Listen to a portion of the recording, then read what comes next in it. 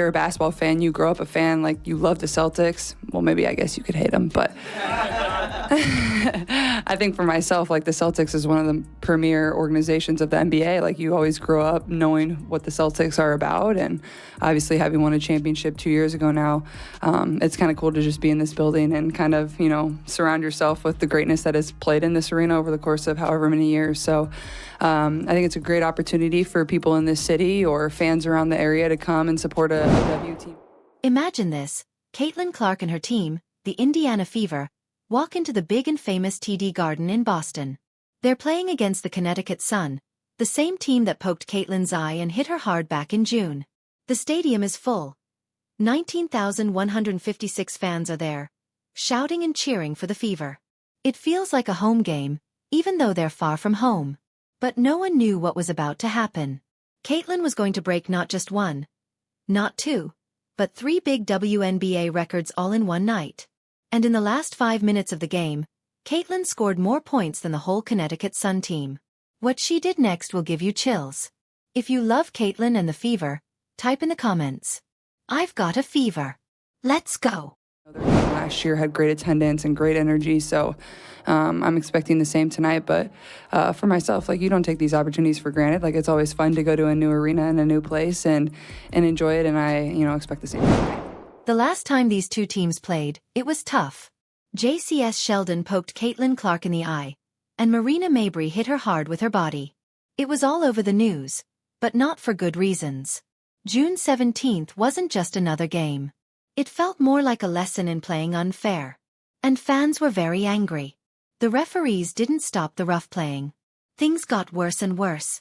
There were fights on the court, some players got sent out, and Caitlin? She got hurt badly. So bad that everyone in the basketball world started talking about how not safe it was for players like her. Quarters to go, they're trailing by 10. Keep an eye on her and Jacy Sheldon. Clark trying to back her down. Clark is okay. Sheldon, fouls Clark, hitting her in the face. Clark is upset about that. Then everybody's upset about that. Marina Mabrey comes in. She decks Clark, tempers flaring on both sides. Now we jump ahead to the game at TD Garden. You can feel the stress in the air. This isn't just a normal game anymore. It's personal. Caitlin Clark walks into that big, famous arena, and she remembers everything from the last time they played the Sun. She remembers every cheap hit, every rough hit, and how the referees didn't help. But now, something is different. This Indiana Fever team doesn't feel the same anymore. They feel stronger. They feel ready. The announcers here saying, of course, Marina Mabrey is going to get ejected because that was unwarranted. She literally came out of nowhere and chucked Caitlin Clark. There should be a flagrant one, of course, on Jacy Sheldon because she swiped her and hit her in the eyeball. Whether it is intentional or not, you can still have a flagrant a flagrant foul called on you, whether you are trying to intentionally hurt somebody or not.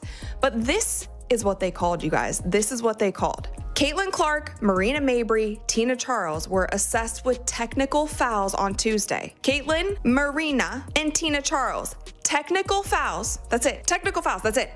And Jacy Sheldon was assessed with a flagrant 1 foul, and no players were. The whole arena starts to feel special. Even though this is an away game, the 19,156 fans make the place feel like it belongs to Indiana. The energy is very loud. You can hear the crowd shouting, "Let's go Fever!" all through the building.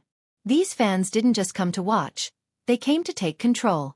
Sophie Cunningham steps up as Caitlin Clark's protector. She's ready to stand by her teammate and stop anyone who tries to play rough again. The Connecticut Sun tries to do the same rough things they did before. They put strong pressure on Clark right from the start. They even put more than one player on her, hoping to shake her up. Their plan? Let the other Fever players score, but stop Caitlin, the heart of the team. But this time, the Fever are prepared. Clark now has teammates who really have her back. She's not alone anymore.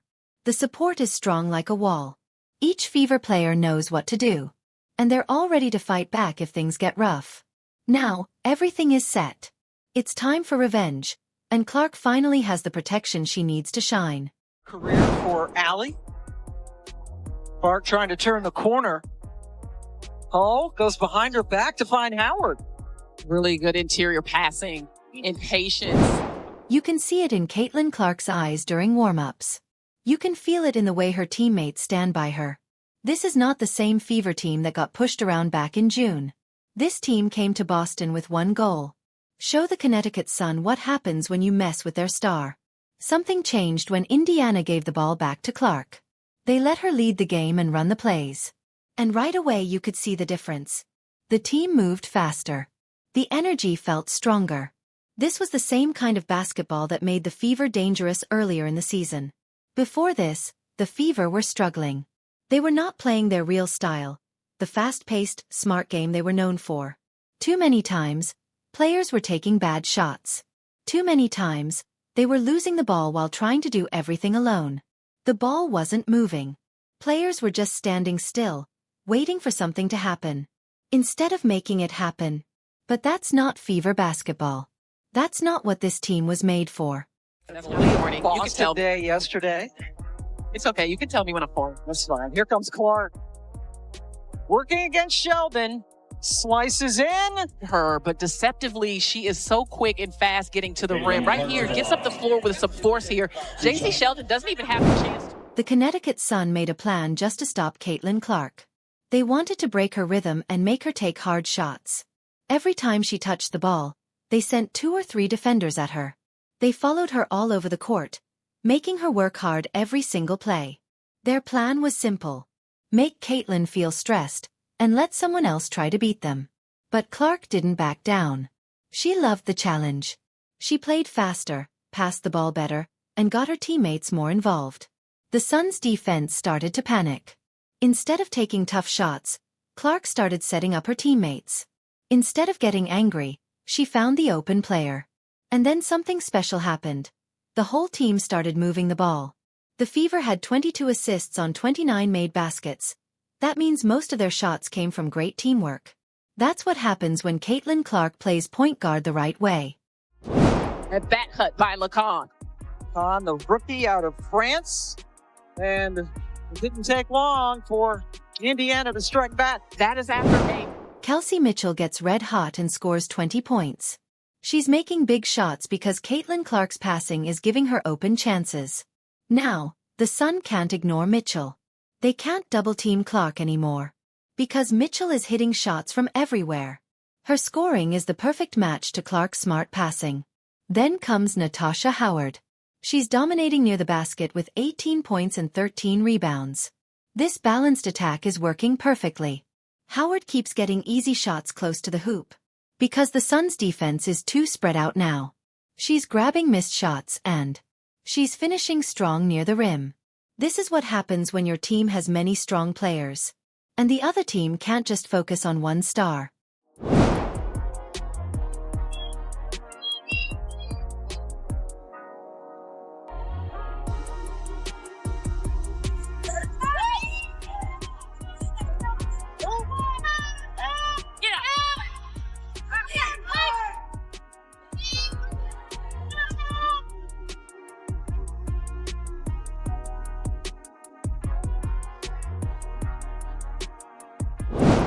Sophie Cunningham gives the team important energy when she comes off the bench. She makes big shots when the team really needs them. Her three-point shooting makes sure the Sun can't cheat on defense.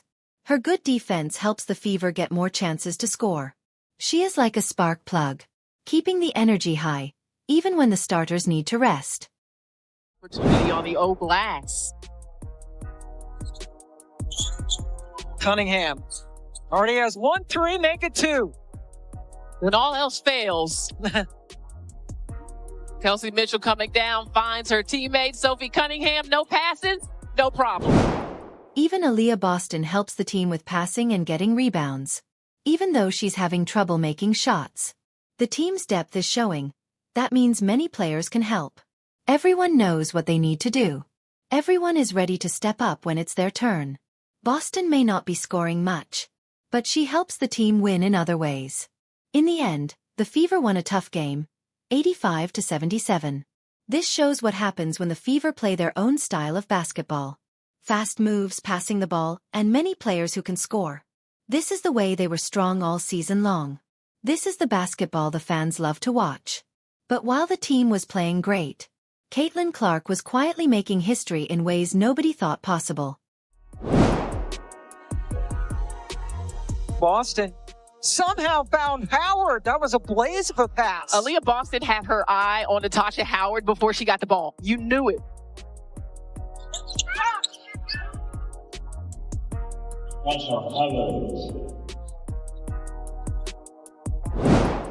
While everyone was watching the team play, Caitlin Clark was quietly trying to break 3 different WNBA records. The numbers were going up slowly: every assist, every three-point shot, every game with 5 or more assists. Nobody in the crowd knew they were watching history happen right in front of them. The stat sheet tells a story. Clark's shooting looked not so good on paper. She made only 4 out of 14 shots and just 1 out of 7 three-pointers. Usually, those numbers mean a bad game for a superstar. But here is where it gets interesting. Clark's overall play was historic, even though her shooting percentage was low. Sheldon is going to keep the pressure on Clark. You see Tina Charles with the responsibility of guarding Aaliyah Boston. High hedge on the ball screen on Clark. Inside perfectly. One thing you know about Tina Charles, she has every shot in her arsenal. Now Sheldon, the height disadvantage against Howard. Yep. The first record fell quietly, without much noise. Clark became the fastest player in WNBA history to get 450 career assists. She did this in just 53 games. That is really amazing when you think about it. To understand how big this is, the old record was held by Tisha Panero. She got 450 assists in 62 games back in the late 1990s. Clark broke that record by 9 games. 9 games may not sound like a lot, but in a league where every assist counts, that is a big difference. Yeah, you were announced today to obviously be in the three-point contest. Just what went into that decision, and what does it mean to do it for the first time in front of the fans in Indiana? Yeah, I mean, not much went into it other than yes, I guess. Obviously, it's exciting. I've never participated in a three-point competition before, never practiced before, so just go out there and have fun. I think the lineup of people competing is tremendous. So more than anything, it's just going to be really great for our league and for women's basketball as a whole, just to, have a lot of fun and experience that. So, yeah, I'm just excited. I think Friday, the skills competition, and that will be a really exciting time, and we'll lead right into Saturday of a really great. But that's not all. Clark also became the fastest player in WNBA history to make 153-point shots. This shows she can score from anywhere on the court. She's not just good at passing. She's not just good at scoring. She's a complete player who can hurt the other team in many ways. The speed at which she made these three-pointers shows she learned the professional game faster than anyone thought. The third record might be the most amazing of all. Clark made at least 5 assists in 40 games in a row. That is the longest streak ever in WNBA history. 40 games of great passing. 40 games of helping her teammates score. 40 games showing she can make good plays, even when her own shots are not going in. It's a rebound by Nelson Adota, and this time she was stuffed by Howard. Hull spots up and nails. The most amazing part happened in the last 5 minutes. Clark scored more points than the whole Connecticut Sun team, all by herself. Think about that for a moment. One player against an entire team. She took control when it mattered the most. She found her best rhythm when the game was very close. She showed everyone why she is different from other players. Breaking 3 records in one night proves Clark's impact is more than just scoring points. She is a complete player who helps her team win in many ways. She makes her teammates better. She creates chances that didn't exist before. She changes the whole game just by being on the court. But just when everything seemed perfect, one play would change the whole feeling of the victory. Brutal. That's all you can say, and the look on Caitlin Clark's face said it all. After she clearly tweaked her groin in the Fever win over the Connecticut Sun in what has been an injury-riddled season for Clark. And whether it was pain or frustration or a combination of both, you could see it weighing on her. In the last minute of what should have been a perfect night, everything changed with one very sad play. Clark passed the ball to Kelsey Mitchell, who scored a basket. But then, Clark grabbed her right leg and showed she was in pain. You could tell right away that something was wrong. She walked slowly to the bench, looking very different from how she usually. Right here, she explodes, makes the backdoor pass, and immediately grabs the inside of that right leg. Clark seemed to hurt her right groin again. This was the same spot that had been bothering her lately. This was not a small injury. It was the same injury that made her miss games before. The same spot that gave her trouble all season. You could see it was serious by how she acted. The cameras showed her pain and tears on the bench as she realized how bad the injury was. Clark tried not to cry. She looked very sad. This is a player who almost never shows feelings like this during games. The change was clear.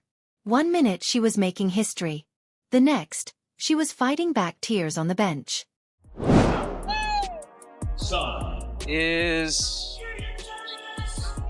Looks like she's in pain after that pass. She had been dealing most recently with a groin injury. This is where things get worrying. Groin injuries are tricky. They take a long time to get better. And they can get hurt again easily. Dr. Jesse Moore, a doctor who knows a lot about healing, talked about how hard groin injuries are to fix. He said they heal slowly and can keep coming back. Even resting for a long time might not be enough to fully get better.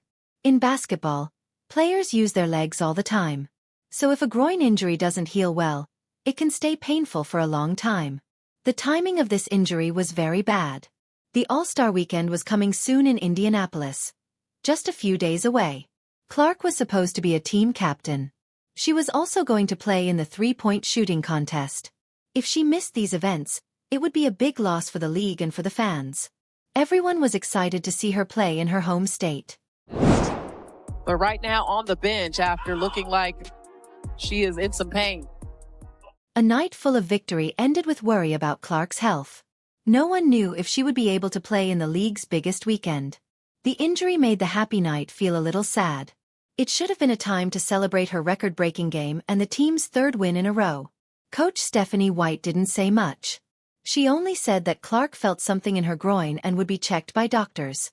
No update. Just felt a little something in her groin, so we'll get it evaluated and see what happens from there. Yeah, just kind of to follow up on that. Looked like she was kind of grabbing at her right groin area. Is that the concern? Yeah, if that's the one she was grabbing at, I don't know which one it was, but yeah, I mean, that's it. Clark's night showed the highs and lows of professional sports.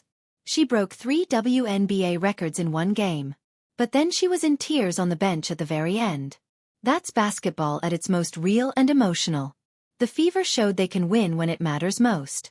Their third win in a row showed what happens when they play their own style of basketball.